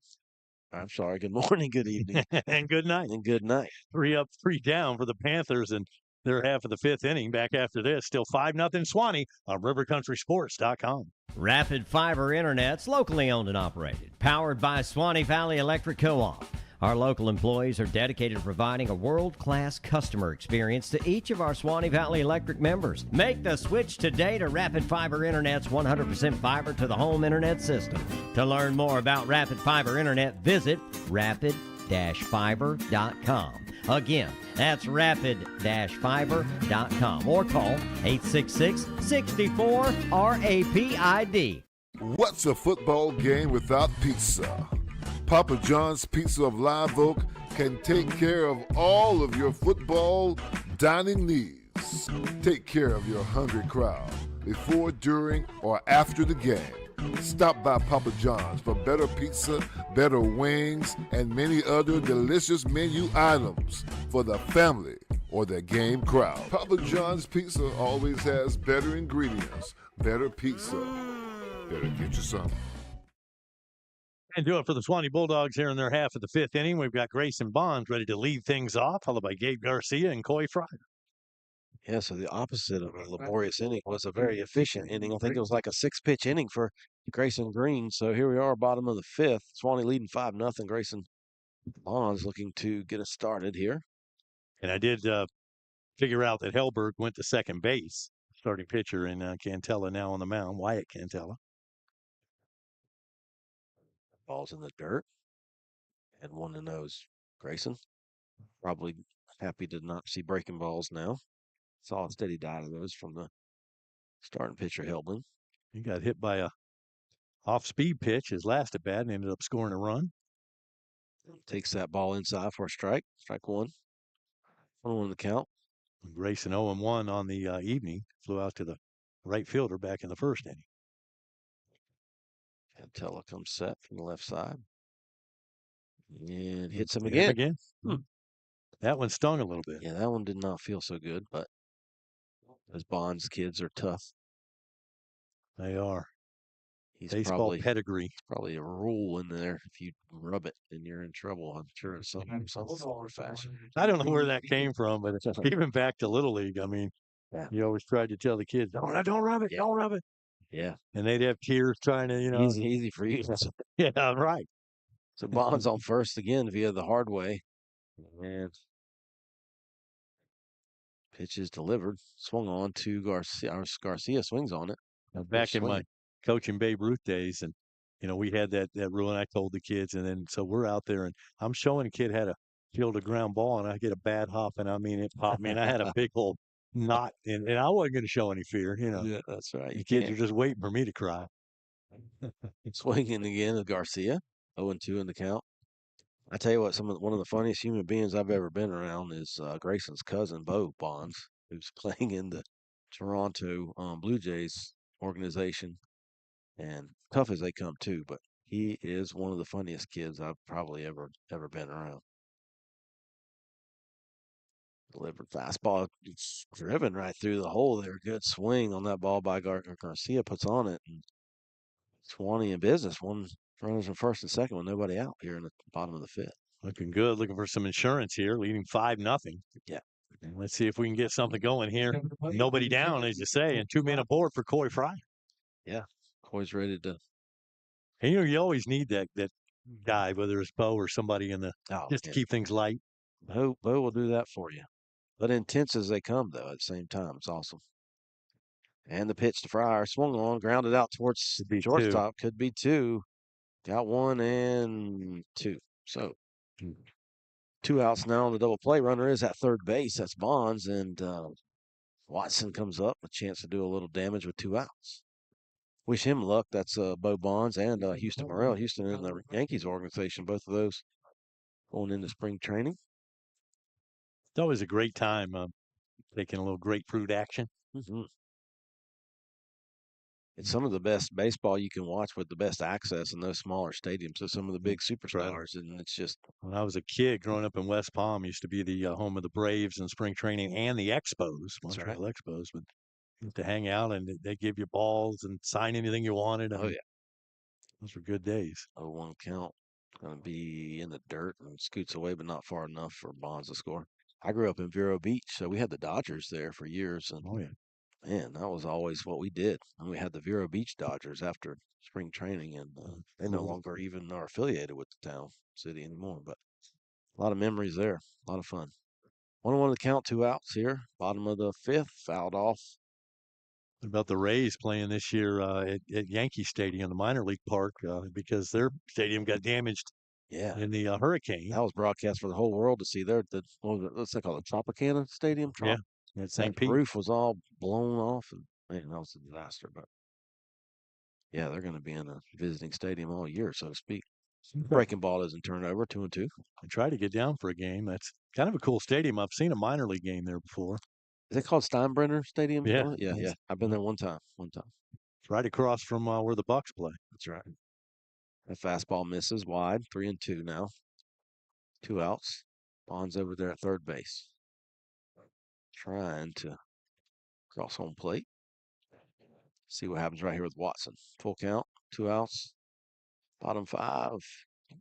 That could drop. And it looks like it does hit the ground, so it's going to be a base hit for Watson. Right fielder tries to tried to sell it, didn't he? Sell it, deke him, whatever, but it's a good piece of hitting by Watson. RBI, single to right field. It was just a question whether or not Pelham was going to dive for that ball or not, and he almost came up with it, but apparently hit the ground first and caught it on the bounce. So RBI single there for Kyler Watson, and Bonds comes in to score the 6th run. Sure does. It's going to bring up Hampton Newman to the plate. Hampton had a RBI double his last at bat. 2 outs now. Watson over at first as a runner, and the pitch is delivered high, ball 1. I have been to the Marlins Stadium before too, and it's just not a huge place, but it's a pretty neat place to watch a baseball game as well. Especially in the middle of summer, it's inside and nice and cool. There's a ball hit right back at the pitcher hard by Newman, but fielded nicely and going to toss it over there to first base, and that'll do it for Suwannee. But we do score one more. It's Suwannee 6, Panthers nothing. Suwannee Baseball on RiverCountrySports.com. All right, hey Bulldog fans, when you're hungry, we can satisfy that appetite at Beef O'Brady's of Live Oak. Come dine with us during, before, or after the ball game. We feature big screen TVs, so you won't miss any of the big events. At Beef O'Brady's, check out our game room featuring pool tables and games for the kids. Stop by Beef O'Brady's for some good food, good sports, and good games. Everybody's always claiming to offer the top insurance, the lowest rate, blah, blah, blah. Well, cut the game and go to the Jeff Tippins Insurance Agency. Jeff is an independent agent, meaning he can shop around to get you the best price for the coverage you need. With access to major carriers like Auto Owners, Progressive, Travelers, and Mercury, stop with those cold 800 numbers. Discover the personal difference with the Jeff Tippins Insurance Agency. US 129 North in Live Oak. Call 364-2886 or visit JeffTippinsInsurance.com. Well, Matt, big college baseball series coming up this weekend in Gainesville. It'll be the Miami Hurricanes in town to meet the Florida Gators. So going to find out a little bit about both clubs as they play a 3-game set this weekend. Yeah, and I mean, Florida's schedule so far, it's not been the strongest. Obviously, they have played JU and Stetson. And tonight they're playing their league right now, North Florida. Miami, I'm not familiar with their schedule, but they're always a good baseball team. And coming into Gainesville, that'll be a good one. I think you referred to it as Canesville. Canesville, only way they win there. Yeah, but yeah, that'll be a great 3-game series. Got local product down there in Florida actually doing well, I thought. watched him a couple times in his 2 appearances. That's Jenkins, not John Jenkins, but Matthew Jenkins, and doing well. So you'd be excited to see how he does throughout the year as well. Javi Santana leading it off this inning for the Panthers. He's the leadoff hitter, and he takes ball 1. Not to be confused with Carlos Santana, as you said earlier. That's right. New pitcher in for the Dogs. Chopper to the shortstop, thrower to first base in time. Routine play out there for Gabe Garcia. Yeah, it's number 7 for Suwannee now out there, a senior. I think that's Dylan Green coming in to hopefully close these things out. Next couple innings. Efficient so far. So still have Green on the mound. Yeah, it's true. Think about it. That ball's foul about one. low over our head. Maybe it won't make a loud noise, and it doesn't. It's right behind us. Yeah, Grayson Green gets the start. Now Dylan Green comes in, and I No noticed they relation. had normally, whoever is their bullpen guy, they try not to start him so they can, just in case things go wrong early. That's right. But he's been warming up in between and ready to go here. I know I'm getting old and can't really see good. I keep seeing something black out there on the ground in right field. I keep wanting to ask what that is. Do you see that, what I'm seeing? It looks like maybe a towel or something. Maybe. And 2 right field, and there's the catch. No problems for Jenkins, and 2 down. Yeah, you just don't normally see something like that left out on the field. Yeah, I'm not sure if that's I can't tell. Okay. I need binoculars. Me too, and I have none. So I carry him in the football season, but we don't carry him out here to baseball. The other night I was talking to my wife, telling her that I think I'm to the age where I want those fashionable clip readers that go around your neck, that I used to make fun of people for you. Yeah. It's time. Wow, that's going to stay fair. It's going to stay fair. Sure is. And there you go. Another 3 up, 3 down inning. That's the way we like to see it late in the game. 6-0 Suwannee back after this. Dog ball here on RiverCountrySports.com. Hi, my name is Catherine Haney. My grandfather and my dad, Wes Haney, have been selling and servicing Chevrolets in the Suwannee Valley area since 1968. I'm here with my brothers, Weston and Jonathan. We want to tell you why Wes Haney Chevrolet is the best place to buy a car. At Wes Haney Chevrolet, it comes down to 2 things: low prices and excellent customer service. You are a part of the family just as much as we are. Your happiness is my dad's first priority. He will always fight to make sure you get the best deal and the best experience. My dad doesn't play games and he doesn't charge dealer fees, so we can always get you the best price. We have amazing incentives this month to put together a great deal on any Chevrolet car, truck, or SUV. The best built, longest lasting vehicles on the road. We guarantee a better deal and customer experience than you can get anywhere else. We would love to show you our beautiful selection of new and used vehicles. We are located in Live Oak, Florida on Highway 90 East. I can guarantee our dad will give you the best deal, and we are excited to earn your business. This is Wes Haney, and as always, no dealer fees, no games. Come see my team at Wes Haney Chevrolet. What are we at Fenway Park here? Yeah, it feels like it. You got Neil Diamond playing. Let's do it. I think out in right field, I hear that's just a turf. Ah, okay. Got kicked up or something? We got another pitcher out there for Panthers for 13. All right, another pitching change. This is going to be Santana on the hill. Santana. Looks a lot bigger when he's out there on the mound, doesn't he? Than what he did on that plate. So Cantella comes off the hill and Santana on the hill. Santana was playing. Was he? He was at shortstop. Yeah. I'm hoping for good things out of the Atlanta Braves this year. Last year, they were just decimated by injuries. This year, they're healthy, but they've lost half or more of their pitchers to off-season trades and acquisitions. So I'm curious to see how they stack up. Of course, I grew up a Braves fan because, when I grew up, there wasn't a team in Florida. So TBS. Everybody down here, TBS showed all the games back in the good old days. Back when they played at Fulton County Stadium. That's right. Call that a launching pad. Man, they got that stadium now. I mean, there's enough to do in that stadium. You might not even have to watch the game. You see, I haven't been there. I've been to Turner Field, but I've not been to the new stadium. But I got to make a trip up there because I've heard it's spectacular. That's what I hear, too. I haven't been. Haven't been to a pro game in years. Yeah. When I was growing up, you watched the Braves on TBS, the Cubs on WGN, and the White Sox every once in a while. And that was it. Oh, Harry Carey. Yeah, he was a trip. Harry Carey at the ball field. That's right. I love watching him and listening to him. He would do the 7th inning stretch to take me out to the ball game. That's good times. No doubt. All right, here come the Panthers here, and they're at bat here.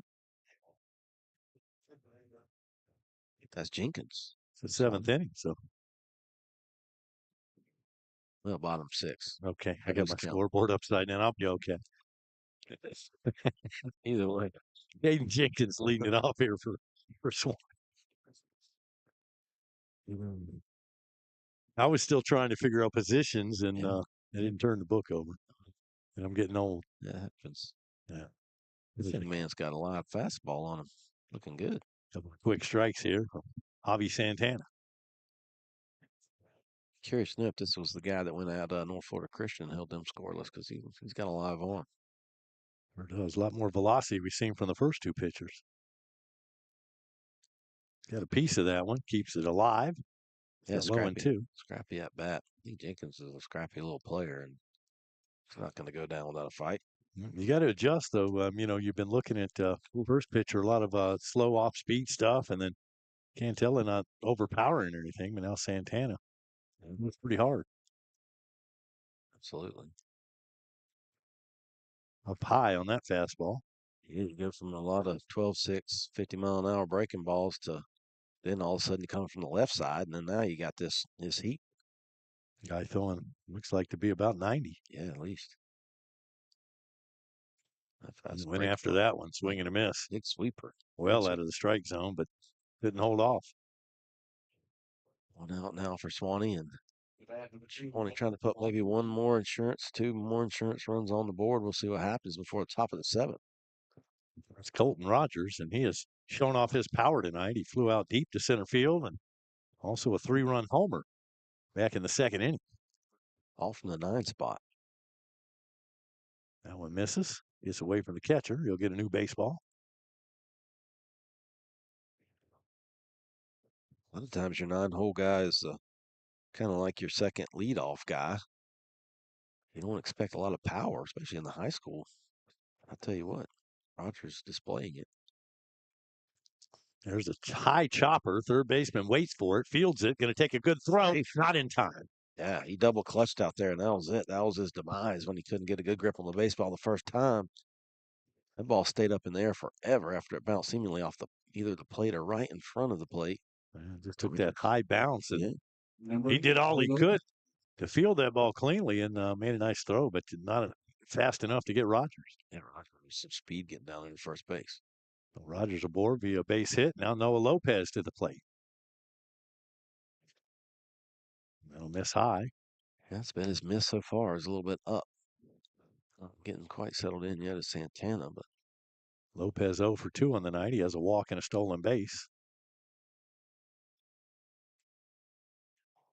Rogers at first. No big lead over there.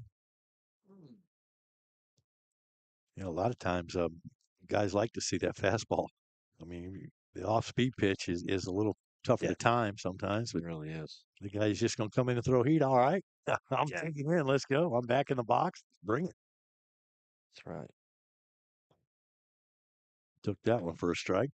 These days, it's becoming more and more common, probably in the last 5 to 7 years, of these kids from middle school on up see 90 mile an hour. It's especially with all the travel baseball they play. Yeah. So velo is not a big deal to them anymore. Used to face somebody 90 mile an hour. That was a big deal. Not anymore. Speaking of baseball and travel ball, congratulations to the Bombers. I know there's a lot of different age group of Bombers, but I think it was the 11 and under group or 12 and under. Anyway, they took the championship last weekend. They're bombing away. They bombing some more. But they lost their first game, came back, though, and ended up. Yeah. And that's not easy to do out of loser's bracket because you're playing some extra games. So you got to have a lot of deep arms. Ooh. No doubt about it. Had a Hamilton team over here and a couple of Georgia teams and play all day. I think the tournament started at 8 in the morning and went into the night hours. Good for those parents. Yeah, I've been there. I've been there, done that. Have got the T-shirt. Yeah. And there's ball 4. And Lopez is aboard, and Suwannee has something going here in the 6th inning. 2-minute board with 1 down. All right, trying to tack on some insurance runs as we talked about earlier. It's awesome to see too that they're able to play some of these one-day tournaments here in Live Oak. The sports complex is phenomenal. I mean, I put it up against just about any in our area. They're constantly looking for ways to make it better, to improve it, to possibly potentially some expansion in talks. So nothing but good for our community when they have those. Well, that is for sure. And then you have this field, and you have the middle school field, which is pristine and pretty good places to play ball for these kids. So absolutely, well, if we can keep this tradition going, good baseball in Live Oak. Yes, it's been that way for a long time, Wade. Long time. Yeah. Jace Moran digging in. 1-0 outside. That's 2-0. Being patient up there late in the game. That's tribute to the coaching and these players right now, waiting on a good pitch to swing at. Moran looking for his first hit of the ball game.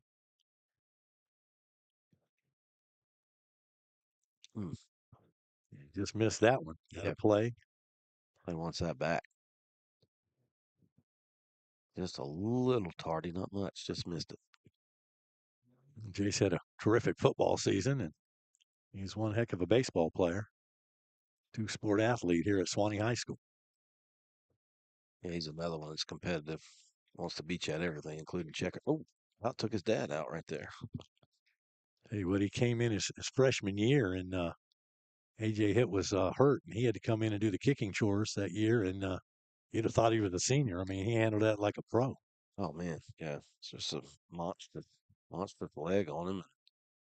He's good at whatever kind of ball you give him, he's good at it.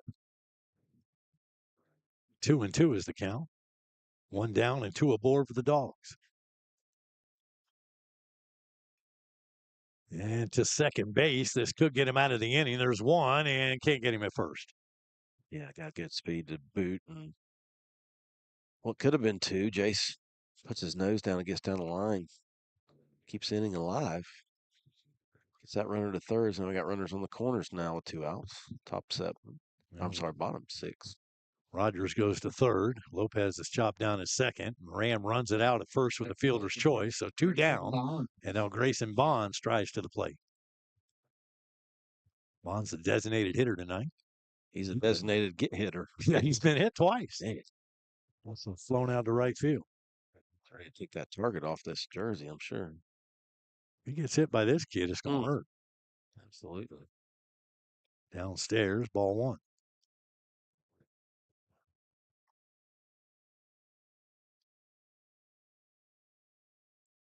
Fielder does play fairly shallow, especially with 2 outs here.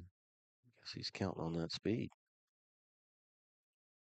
And that's when probably will get him out of the inning. First baseman calls for it and makes the catch. And so no damage done that time. Suwannee leaves a couple of runners stranded. We'll head to the 7th with the Dogs leading 6-0. It's Suwannee Baseball, RiverCountrySports.com. What's a football game without pizza?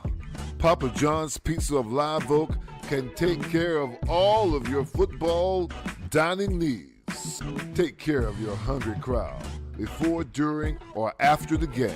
Stop by Papa John's for better pizza, better wings, and many other delicious menu items for the family or the game crowd. Papa John's Pizza always has better ingredients, better pizza.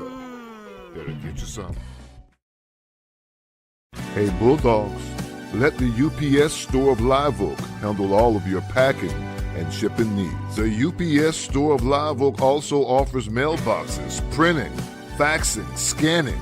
We also offer notary services and shredding services as well. Stop by your local UPS store. There's help in here, real help.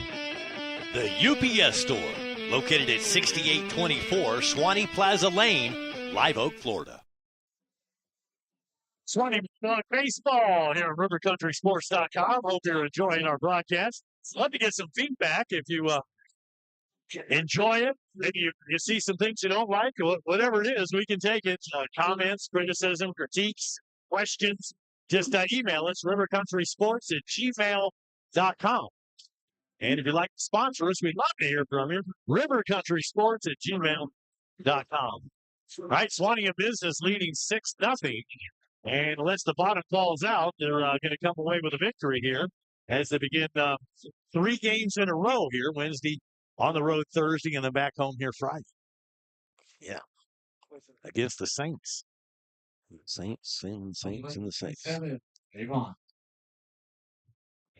Mason Avant here leading off for the Panthers here in the 7th. Swing and a miss. A healthy swing and a ball out of the zone, though. We'll take 2 more of those. Dylan Green trying to close this thing out. He's going to have to do it the hard way. There's a runner on board after Avant gets hit in the back. Yeah, you got a 6-run lead and lead-off batter in the bottom of the last inning, or top of the last inning. What you hope is the last inning. That's the last thing you want to do is a free pass. So that was no means any necessarily intentional. That just got away from him a little bit. Looks like he's maybe trying to overthrow just a little. And now pinch runner is going to come in and run for Avant. And it looks like it's number 11. That's Avery Wallace, who will come in and be the pinch runner. The lefty Cantella's up.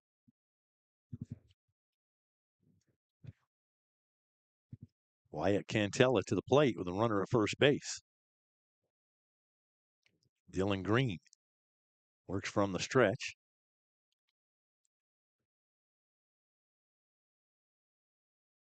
To the plate, swing and a miss.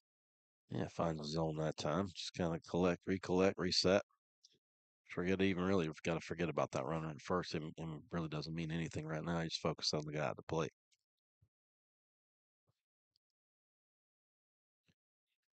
And that one's out of the zone. Got up high a little bit and outside. And that was the same pitch. He had the 0-1 count, but it was a right-handed batter, so it ends up hitting him. Yeah. The lefty, you're safe. The 1-1 pitch. In the air, toward left field. Newman camps under it, makes the squeeze. Yeah, I always say the most difficult out to get in the baseball game is the first out of the last inning, so we'll see. Suwannee 2 outs away from victory here. Evan Bopp to the plate. Look at the plate next, number 7, Bob. I can think of worse last names to have as a baseball player. Well, you got the right number on. Wearing number 7. Sure. A lot of famous people wear that number. There's a base hit to left field. And so Bops that baseball. Yeah. Right through the 5-6 hole there. You were waiting on that one, weren't you? Yeah, I was waiting on that. It's Jackson Pelham now. Up to bat with 2 aboard, 1 down. Here in the 7th. Dylan Green trying to close this thing out for Suwannee. It's never easy for the Dogs. No. Wouldn't have it any other way. Not holding the runner at first. He's playing in front of him. It's Kyler Watson. And I think that's probably a mistake right now. Should be playing back. We just want to play for the out. I don't think we're expecting any kind of bunt here. If they want a bunt, that's great. We'll take that out. Well, they're playing for a big inning. Yeah. Being their last at bat if they don't score 6 runs. Yeah, that's why I'm not a fan of playing in on the infield there as first base. It would really surprise me if they were to lay one down here, but it does look like we're halfway anticipating that.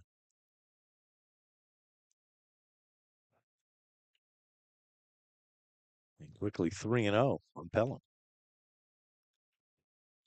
First baseman's playing up at the grass. Third base is even with the bag, and you got your middle infielders playing regular depth. Gave him a free pass on 4 pitches. So now the bases are juiced, and things are starting to get interesting here. Yeah. Late life here. Never over till it's over. 21, Helbley. Again, I don't understand why we're playing in while our first baseman's playing where he's playing. Max Helbling. He was the starting pitcher. He'll come to the dish now. Bases juice. Could use a ground ball to get us out of this. There's a called strike. Yeah. They got to attack that zone right here. Helberg on the evening is 0 for 1. He walked back in the third and flew out in the fifth. Green peers in for his sign. Now a step off. And maybe a little crossed up there. Moran's going to come out and talk about what sign he's trying to give him. Yeah, and honestly, it's really just one sign right now. Yeah. It's this fastball. Let's go. Attack the zone. Let's get out of this thing.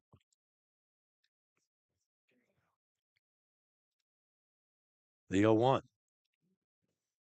The third base, step on the bag. There's an out across the diamond, and that is the ball game. Let's play. Court right. That was, and he was aware of the situation as the easy play at third. Knew the bases were juiced, got that easy out, and then threw a strike across the diamond. And that's going to do it for this ball game. The Suwannee Bulldogs with a big win, 6-0 your final score. Back to talk about it after this timeout. Suwannee Baseball on RiverCountrySports.com. Josh Anderson here from Wayne Fryer Live Oak. I'm inviting you to come tour the best built manufactured homes on the market. Choose from 2x6 exterior walls, upgrade insulation, vinyl plank flooring, shiplap accent walls, barn doors, tile showers, and so much more. All our homes come with delivery and setup, AC, steps, and skirting. And at Wayne Fryer Live Oak, homes start at just $69.9. If you've always wanted to own your own home, now is the time. At Wayne Fryer, US 90 West, Live Oak, or visit us online at WayneFryerHome.com. Everybody's always claiming to offer the top insurance, the lowest rate, blah, blah, blah. Well, cut the game and go to the Jeff Tippins Insurance Agency. Jeff is an independent agent, meaning he can shop around to get you the best price for the coverage you need. With access to major carriers like Auto Owners, Progressive, Travelers, and Mercury, stop with those cold 800 numbers. Discover the personal difference with the Jeff Tippins Insurance Agency. US 129 North in Live Oak. Call 364-2886 or visit JeffTippinsInsurance.com. Back here at Booster Field, and a big win for the Suwannee Bulldogs over St. John Paul, 6-0 your final score. The Panthers fall to 4-1. That was their first loss of the year, and Suwannee improves to 4-2 on the young season, but just a quality outing this time for Suwannee. Yeah, a lot of patient at-bats to begin the game, putting the ball in play. A big swing from Colton Rogers kind of juiced the squad, and next thing you know, hitting becomes contagious. That's really a thing. And it's just good to see an all-around well performance. I thought Grayson Green came out and was phenomenal. I mean, just absolutely lights out tonight. Yeah, the Greens got it done on the mound. You had Grayson start and Dylan finish. But when Grayson first started this ball game, remember going back to the first inning, strikeout, strikeout, strikeout. And then the second inning, 2 strikeouts. So, 6 batters, 5 strikeouts. Yeah. That's a pretty good way to start. That's right. We talked about that one laborious inning. Everything else was very efficient, and hats off to him. Yeah, and he was really working quickly. He was ready to go. He was in that zone, and you could tell when he was, getting higher in that pitch count. He was slowing down a little bit, and so they're on a pitch count early in the season. I mean, they got a lot of arms. So this was by design to get him out of there. It wasn't anything, we got to get him a complete game, anything like that. It was just pitch count. That's it. And then Dylan Green came in, and I thought he handled things well. Absolutely. And, Pitched well and had a very efficient inning when he came in the 6th or 7th. A couple of things go wrong, but he's able to regroup, throw strikes there. We get a good 2-ball to end the inning in the game, and everybody goes home happy from green shirts tonight. This is a team that beat Vernon 15-0. Got a win over Dixie County 2-1. Beat Rickards 15-3, and then North Florida Christian 2-0. So 34 runs coming into this one, and give them the goose egg. Yeah, you're doing something. Yeah, you're definitely hanging your hat on that. You can be proud of this one, but after tonight, it's back to work tomorrow and the next day to business as usual. Yeah, there's not a lot of time to rest, so No. you got to go home, get a good night's sleep, go to school tomorrow, and see if you can't learn something. And then on the road, Thursday they go on the road to St. John Country Day, and I believe that's St. Augustine. Yeah, is that where St. John Country Day is? I think didn't you guys play them in the I think they played them in the preseason tournament. I'm going to let you interview Coach Moran because I talked to him in the pregame. All right. So I'm going to hand the cans over to Coach Moran. All right. Yeah, we're joined by Coach Billy Moran of Suwannee. You guys 6-0 tonight. What did you see that you liked a lot out there? We talked about Grayson Green to start the game. Just lights out phenomenal. Yeah, absolutely. I mean, it's hard to lose ball games when you give up 0. Yeah. He just came out, threw a lot of strikes early, got ahead of hitters, and he's good enough to where when he gets ahead, he's pretty tough to beat. Yeah, what do you think about his pace? I love the pace. Like he is business. He's ready to go. He keeps the defense on their toes. What do you think about that? Yeah, absolutely. That's another thing that we try to coach tempo. Mm. It just builds confidence for the pitcher, for the defense. I mean, everybody's locked in. It's quick pace. We really like that, and we've had success when we do it. So that's something Yeah. we coach them pretty big. Absolutely, and we love to see it too as announcers and fans. Talked about the big inning. We were a benefit of an error on a throw. Then Hampton, I think that was a ball put in play hard by Hampton Newman. Yep. And then a good little piece of hitting by Jenkins to flare one out into right field, kind of go with the pitch. That's right. And then your 9-hole hitter, Colton Rogers, scored the power. Oh yeah. Well, I mean, so the inning started with a walk, which was that we always coach our guys. 2-out walks are very very tough to defend. We try not to do that. So it started with a walk, then we put a ball in play, got an error, and yeah, I mean we've got our 1 through 9 can hit the ball out of the park. It's just a sense of not trying to lift the ball and having a good approach and just believing in our approach. Yeah. And Colton Rogers was a testament to that today. Yeah, you could see that a big time difference from the last time we were here the other night against Lafayette. Just a whole different mood, a whole different atmosphere. Yeah, just going forward, it's still rather a young nucleus of a team. For sure. They're obviously they're well coached. We talk about that quite a bit, but as far as putting the bat on the ball tonight, you come out the first guy that comes out got a 12-6 breaking ball at maybe 50 miles an I hour. mean, No joke. It looks like it takes forever to get there. Yeah, I mean, and that's a really tough pitch for hitters to swing at, or for hitters to hit, simply because it just looks like a beach ball, and then it's so gone. slow. It's really hard to be on time with that pitch. And to their benefit, I think their pitcher was having a hard time throwing the fastball for a strike, so he was really relying on that curveball. Yeah. And we had a couple of guys in plus counts swing at that breaking ball and not really have a disciplined approach. But that's part of it. That's the experience that we lack in some spaces. But also we have that experience too, where guy got into a fastball count, left it up, and Rogers ran into it and hit it out of here. Yeah, and it looked really good from up here as well, and all those things. And then they come in with a lefty. We make adjustments on him. Then they come in last inning and a half or whatever with that Santana threw really hard, kind of having control issues maybe a little bit. But all in all, just a really good approach. You don't see that slow breaking ball consistently a lot throughout the season. I would think more so than what you maybe had in years past. But all in all, how do you grade your team tonight? I mean, I feel like we did really well. The highlight, in my opinion, is the pitching. The pitching, we pitched ahead. We attacked hitters. We put pressure on them. Defense played well. And the biggest thing was our offensive approach. We did not take many fastballs, which has been a problem for us. We still took a few, but much better. If I had to guess off the top of my head, I can only remember one strikeout. No, I think we maybe had 2. So, I mean, when our number of strikeouts is 5 or less, we generally have a pretty good night offensively. Yeah, you guys can, and the coaching staff did a great job too of instilling that approach, and the players executed it because there was an approach. It was obvious, it was intentional, and it was put into place. So great job on that. So, good luck.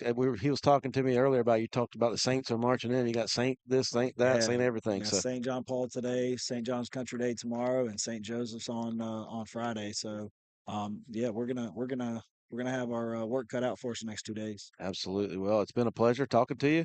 It's always good to come back and watch a game here, and just the field still looks incredible. I thought maybe it might take a hit after that one real cold spell, but it's done well. It's holding up good. Yeah, So, it's done pretty well. Our guys are taking real good care of it, so I'm proud of that. awesome. All right. Well, congratulations on the victory tonight, Coach. All right, Good thank you. I luck tomorrow appreciate and the it. next day, man. Thank you guys. Appreciate you. Thanks, Coach. All right, man. All right. Rapid Fiber Internet's locally owned and operated, powered by Suwannee Valley Electric Co-op.